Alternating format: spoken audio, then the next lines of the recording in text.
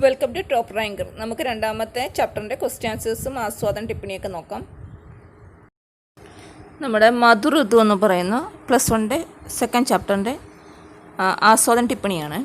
ഇത് ശരിക്കും പറഞ്ഞാൽ നമ്മൾ ഹിന്ദി ആയതുകൊണ്ട് ടൈപ്പ് ചെയ്തിടാൻ കുറച്ച് ബുദ്ധിമുട്ടുണ്ട്. അതുകൊണ്ട് ഇതൊന്ന് എക്സ്പ്ലെയിൻ ചെയ്ത് തരാം. ഇത് മനസ്സിലാക്കിയിട്ട് എഴുതിയാൽ മതി. ഹിന്ദിക്ക് പ്രസിദ്ധ ഛായാവാദി കവി ഹെ ജയശങ്കർ പ്രസാദ്. उनकी कविताओं में प्रेम, प्रकृति सौंदर्य, मानवीकरण, काल्पनिकता, कोमलकांत पदावली, മധുരത, സരസത ആദി की പ്രധാനത है. ഹിന്ദിയിലെ പ്രസിദ്ധനായ കവിയാണ് ജയശങ്കർ പ്രസാദ് ജി. അദ്ദേഹത്തിൻ്റെ കവിതകളിൽ പ്രകൃതി സൗന്ദര്യം, മാനവീകരൺ, കാൽപ്പികത, കോമൽകാന്ത് മനോഹരമായ കോമളമായ പദാവലി, മധുരത, സരസത ലളിതമായ വാക്കുകൾ ഇതെല്ലാം ഉണ്ട്.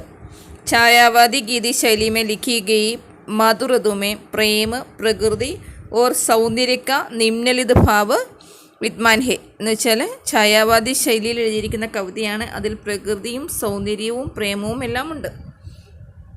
വസന്തകാലീൻ ദിനോं की शोभा इस कविता में देख सकते हैं. വസന്തകാലത്തിലെ ദിനങ്ങളുടെ ശോഭ ഈ പാഠത്തിൽ കാണാം. हम जहाँ रहता है वहाँ ऊपर आसमान, नीचे धरती और बीच में हमारी सुंदर प्रकृति है. നമ്മൾ എവിടെ ജീവിക്കുന്നോ അവിടെ മുകളിൽ ആകാശവും താഴെ ഭൂമിയും ഇടയ്ക്ക് നമ്മളുടെ സുന്ദരമായ പ്രകൃതിയുമാണുള്ളത്. കവിക്ക് മതമേം പ്രകൃതിയുമേം നിത്യ പതിച്ചെടുക്കെ ദിന്നഹിഹെ. കവിയുടെ അഭിപ്രായത്തിൽ പ്രകൃതിയിൽ ദിവസവും ഇലപൊഴിച്ചിലിൻ്റെ കാലമല്ല. ബാദമേം പേട് പൗതോമേം നയെ പല്ലവ് പൗതാഹോങ്കെ. അതായത് ഇലപൊഴിച്ചിൽ കഴിഞ്ഞു കഴിഞ്ഞാൽ എന്താണ് ഉണ്ടാകുന്നത്? ചെടികളിലെല്ലാം പൂക്കളുണ്ടാകും, അതായത് തളിരുകൾ ഉണ്ടാവും, പിന്നെ പൂക്കും. അർത്ഥത ഹമേശ മാനവ നിരാശ സെ നാ രഹേ ഉൻകാ ജീവൻ മേ ഹി പ്രതീക്ഷാവും ഓർ ആശാവും കെ ദിനായെങ്കിൽ. അതായത് അതിന് വേറൊർത്ഥം കൊണ്ടുണ്ട്. മനുഷ്യനെന്നും നിരാശയിൽ കഴിയരുത്. ഈ ഒരു നിരാശയ്ക്ക് എന്തുണ്ട്? പ്രതീക്ഷയുടെ ഒരു ഫ്യൂച്ചർ, ഒരു ഭാവി. ഒരു നിരാശ കഴിഞ്ഞാൽ നമ്മൾക്ക് പ്രതീക്ഷയുടെ മുളകൾ ഉണ്ടാകും. ഒരിക്കലും നമ്മൾ നിരാശയിൽ തോറ്റ് പിന്മാറരുത്. അതായത് ഇല പൊഴിഞ്ഞു കഴിഞ്ഞാൽ ആ ഒരു വിഷമത്തിലല്ല ഇരിക്കേണ്ടത്, അടുത്ത തളിരുണ്ടാകും എന്നൊരു പ്രതീക്ഷയിൽ. അപ്പോൾ ഏതൊരു മനുഷ്യൻ്റെ ജീവിതത്തിലും പ്രതീക്ഷകളുടെ ഒരു കാലമുണ്ടാകും. അതിനുവേണ്ടി നമ്മൾ കാത്തിരിക്കണം. നയേ നയേ പല്ലവോം സെ ബരി ലതായേം पौधे और पेड़ मलयालिन की लहरों में झूमते कमल, जवा कुसुम के समान पूर्व दिशा में प्रभात का आगमन, दिन का राग और खुशी, चंद्र किरणें से प्रतिफलित धरती, ओस कणों का छिटकने वाला अंतरिक्ष बढ़ाते हैं. प्रकृति का सूक्ष्म और सुंदर वर्णन है. ഇതെല്ലാം ചേർന്ന് പ്രകൃതിയെ നല്ല മനോഹരമാക്കുന്നു. ഇത് പ്രകൃതിയെ പറ്റിയുള്ള സൂക്ഷ്മവും സുന്ദരവുമായ വർണ്ണനമാണ്. यहाँ कवि हमें बताते हैं कि प्रकृति के इस अद्भुत सौंदर्य सृजन में कोई बाधा मत डालना. കവി എന്താണ് പറയുന്നത്? ഈ പ്രകൃതിയുടെ അത്ഭുതകരമായ സൃഷ്ടിയിൽ ആരും തടസ്സമായി നിൽക്കരുതെന്നാണ് കവി പറയുന്നത്.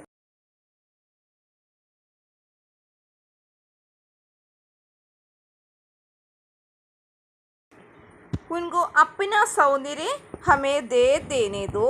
अर्थात ये सभी प्राकृतिक चीज़ें हमें विशेषता के रूप से मिली है.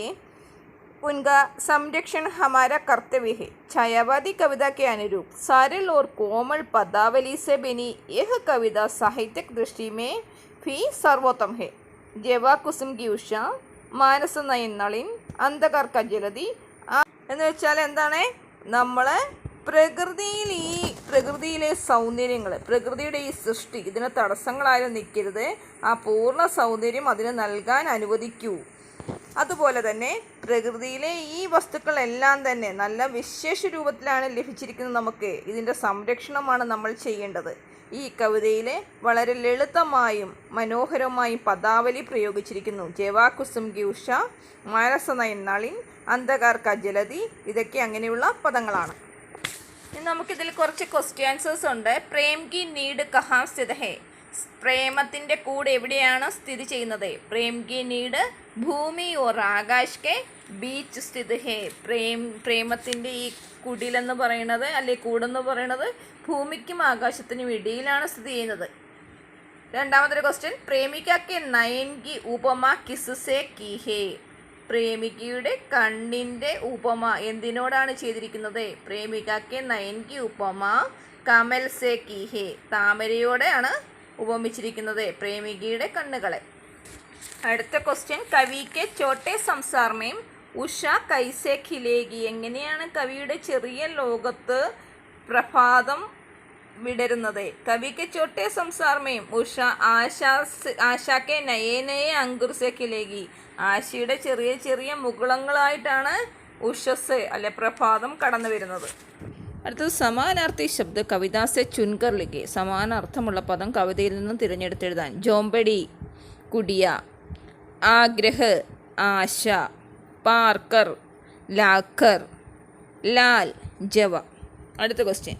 झाड़ गंड के चिरपद में इस पंक्ति में ഛായാവാദ की कौन सी प्रवृत्ति विद्यमान है. ഈ പദത്തിലെ ഛായാവാദിയുടെ ഏത് പ്രവൃത്തിയാണ് ചിത്രീകരിച്ചിരിക്കുന്നത്. പ്രകൃതി ചിത്രണമാണ്. എന്താണ് ഉത്തരം?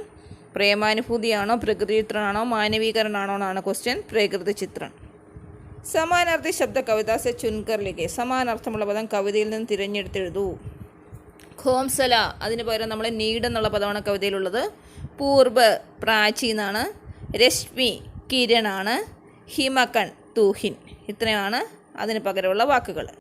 നിച്ചയ്ക്ക് പങ്ക്തിയോമേം ഛായാവാദ की कौन सी പ്രവൃത്തി വിദ്യമാൻ ഹെ, താഴെയുള്ള വരികളിൽ ഛായാവാദത്തിൻ്റെ ഏതാണ് അതിൽ സൂചിപ്പിച്ചിരിക്കുന്നത്. ചുംബൻ ലേക്കർ ഓർ ജഗാക്കർ, മാനവീകരണമാണ്.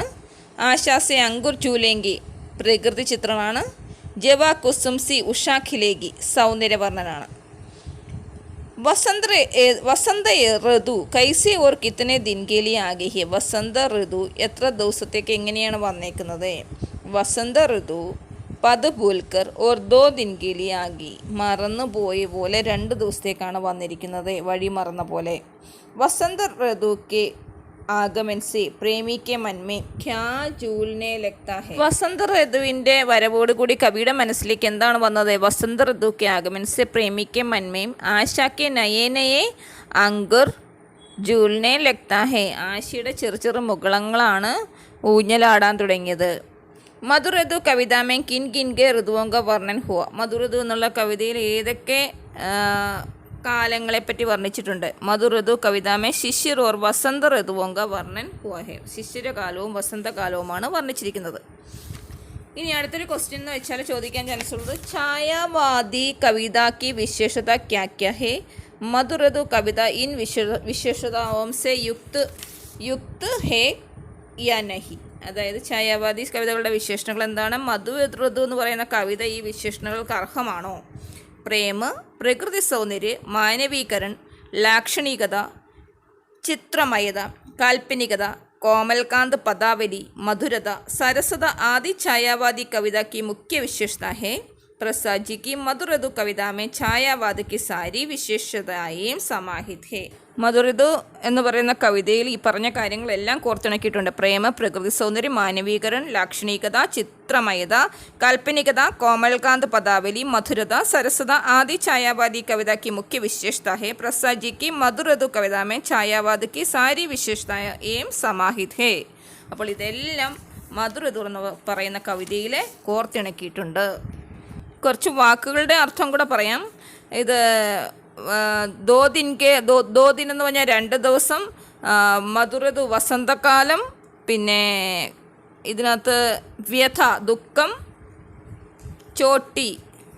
ചോട്ട ചെറുത്, കുടിയ കുടിൽ, നീട് കൂട്, ആസ്മാൻ ആകാശം, പിന്നെ അലഗ് എന്ന് പറഞ്ഞാൽ വേറിട്ട, സൂക്കെ തിൻ എന്ന് വെച്ച് കഴിഞ്ഞാൽ ഉണങ്ങിയ പുൽനാമ്പുകൾ, വസുധ ഭൂമി, നഭ് ആകാശം, ചിർ എന്നും, സൂക്ക ഉണങ്ങിയ, പല്ലവ കിസ്ലെ തളിര്, അനിലൻ കാറ്റ്, അല, നയൻ കണ്ണ്, ഉഷ പ്രഭാതം, പ്രാചി കിഴക്ക്, ഹസ്ന ചിരിക്കുക, അരുൺ ചുവന്ന, അധർ ചുണ്ട്, അന്ധകാർ ഇരുട്ട്, ലാഗിന മറികടക്കുക, ശശി ചന്ദ്രൻ, ചിടുക്കിന തളിക്കുക, ഏകാന്ത് തനിയെ, സൃജൻ സൃഷ്ടി, ബാധ തടസ്സം, ദേന കൊടുക്കുക. ഇത്രയൊക്കെയാണ് അതിലെ പ്രധാനപ്പെട്ട അർത്ഥങ്ങൾ. ഇനിയിപ്പോൾ പറയാൻ ഇതിൻ്റെ സാരാംശം മാത്രമേ ഉള്ളൂ. കവിതയ്ക്ക് സാരാംശം എന്താണെന്ന് വെച്ചാൽ, യഹ് മധുരധു ദോ ദിൻ को फूली सी आ गई है. कवि कहता है कि इस नई व्यथा में आई सातिन को मैं एक छोटी सी कुड़िया रच दूँ. उस नीड के ऊपर आसमान और नीचे भूमि है. सबसे अलग नीड में बना दूँ. कवि सूखे तिनकों से कहता है कि जंगल के नित्य पतझड़ से भागो क्योंकि शिशिर बीत गया है और वसंत आ गया है. എന്ന് വെച്ചാൽ മധുരൂദനോട് പറയാൻ 2 ദിവസത്തേക്ക് വഴിതെറ്റി വന്നിരിക്കുന്നു. എന്നിട്ട് കവി പറയുന്നു, ഞാനൊരു ചെറിയ കുടിലുണ്ടാക്കി തരും, അത് താഴെ ഭൂമിയും മുകളിൽ ആകാശവുമായിരിക്കും, മറ്റുള്ള കൂടുകളിൽ നിന്നൊക്കെ വ്യത്യസ്തമായിരിക്കും. എന്നിട്ട് ഉണങ്ങിയ പുൽനാമ്പുകളോട് കവി പറയുകയാണ്, ഈ പീലകൊഴിച്ചിൽ നിന്നും അതായത് ഓടി രക്ഷപ്പെടൂ, വസന്തകാലം വരവായി. ഇത്രയുമാണ് അതിൽ പറഞ്ഞിരിക്കുന്നത്. അടുത്തത്, इस पृथ्वी में आशाओं से अंकुर झूलेंगे और पल्लव पुलकित होंगे, यह मेरे पल्लवों की लिख दुनिया है और यह किसको बुरा लगेगा. मानस नलिन नयन को चुंबन लेकर और जगाकर मलयानिल की लहरें सिहर कर और कामदे हुए आएंगी. जमा कुसुम के समान प्रकृति की पूर्व दिशा में उषा खिलेगी. हंसी भरे अरुणाधर का राग दिन को रंगेगा. चंद्र की किरणें अंधकार का समुद्र लाकर आएगी. रात में अंतरिक्ष ओस कणों को छिड़केगा. कवि हमें बताते हैं कि इस एकांत सृजन में कुछ बाधा मत डालो, जो कुछ अपने सुंदर से है इनकी दे देने दो. മലയാളത്തിൽ പറഞ്ഞാൽ, ഈ ഭൂമിയിൽ ആഗ്രഹങ്ങളുടെ മുളകൾ ഉണ്ടാകുകയും പുതുനാമ്പുകൾ തളർക്കുകയും ചെയ്യും. എൻ്റെ തളിരിലകളുടെ ചെറിയ ലോകമാണിത്. ഇതാർക്കാണ് ഇഷ്ടമാകാത്തത്? മാനസനയനമാം താമരയെ ചുംബിച്ചുണർത്താനായി മലയാനിലിൻ്റെ അലകൾ വിറയലോടെ വരും. ചെമ്പരത്തിപ്പൂ പോലെ പ്രകൃതിയുടെ കിഴക്ക് ദിക്കിൽ പ്രഭാതം വിടരും. ചിരി നിറയുന്ന ചെഞ്ചുണ്ടിൻ്റെ രാഗം പകലിന് നിറം ചാർത്തും. ചന്ദ്രകിരണങ്ങൾ അന്ധകാരമാകുന്ന സമുദ്രം നീന്തിക്കടന്നു വരും. രാത്രിയിൽ അന്തരീക്ഷം മഞ്ഞുതുള്ളികൾ പൊഴിക്കും. ഈ ഏകാന്ത സൃഷ്ടിക്ക് ആരും തടസ്സമുണ്ടാക്കരുത്. ഉള്ളിലുള്ള സൗന്ദര്യം നൽകാൻ ഇവയെ അനുവദിക്കണം. ഇത്രയുമാണ് ഈ കവി ഇതുകൊണ്ട് ഉദ്ദേശിക്കുന്നത്. അപ്പോൾ കവിതയുടെ സാരാംശവും പറഞ്ഞു കഴിഞ്ഞു. ഏകദേശം ഇതിൽ നിന്ന് വരുന്ന എല്ലാ ക്വസ്റ്റ്യൻ്റെ ആൻസേഴ്സും പറഞ്ഞു കഴിഞ്ഞു. അപ്പോൾ ഇതെല്ലാം ഈ പാഠം ചില കുട്ടികൾക്കൊക്കെ ഇച്ചിരി പ്രയാസം എന്ന് പറയാറുണ്ട്. പക്ഷേ ഇതത്ര പ്രയാസമൊന്നും നന്നായിട്ട് മനസ്സിലാക്കാത്തതുകൊണ്ടാണ്. ഇതിൻ്റെ ആശയം മനസ്സിലാക്കി പഠിച്ചു കഴിഞ്ഞാൽ വളരെ എളുപ്പമാണ്. അപ്പം ഈ പാഠത്തിലെ ഏകദേശം എല്ലാ ക്വസ്റ്റ്യൻ ആൻസേഴ്സും പറഞ്ഞു തന്നു. അപ്പോൾ ഇത് നന്നായിട്ട് മനസ്സിലാക്കണം, പുസ്തകം നന്നായിട്ട് വായിക്കണം. അടുത്ത വീഡിയോയുമായിട്ട് വരുമ്പോൾ നമുക്ക് വീണ്ടും കാണാം. പിന്നെ ഇനി ശ്രദ്ധിക്കേണ്ട കാര്യം, സബ്സ്ക്രൈബ് ചെയ്യാത്തവരൊന്ന് സബ്സ്ക്രൈബ് ചെയ്യണം. തൊട്ടടുത്തുള്ള ബെല്ലൈക്കനോട് ഒന്ന് പ്രസ് ചെയ്യണം. അപ്പോൾ ഓൾ എന്ന ഓപ്ഷൻ വരും, അതുകൂടെ പ്രസ് ചെയ്ത് കഴിഞ്ഞാൽ ഞാനിടുന്ന എല്ലാ വീഡിയോസിൻ്റെയും നോട്ടിഫിക്കേഷൻ നിങ്ങൾക്ക് അപ്പോൾ തന്നെ ലഭിക്കുന്നതായിരിക്കും. അപ്പോൾ ഇതെല്ലാം നിങ്ങൾ ഹൃദയസ്ഥമാക്കുമെന്ന് ഞാൻ വിശ്വസിക്കുന്നു. Thanks for watching.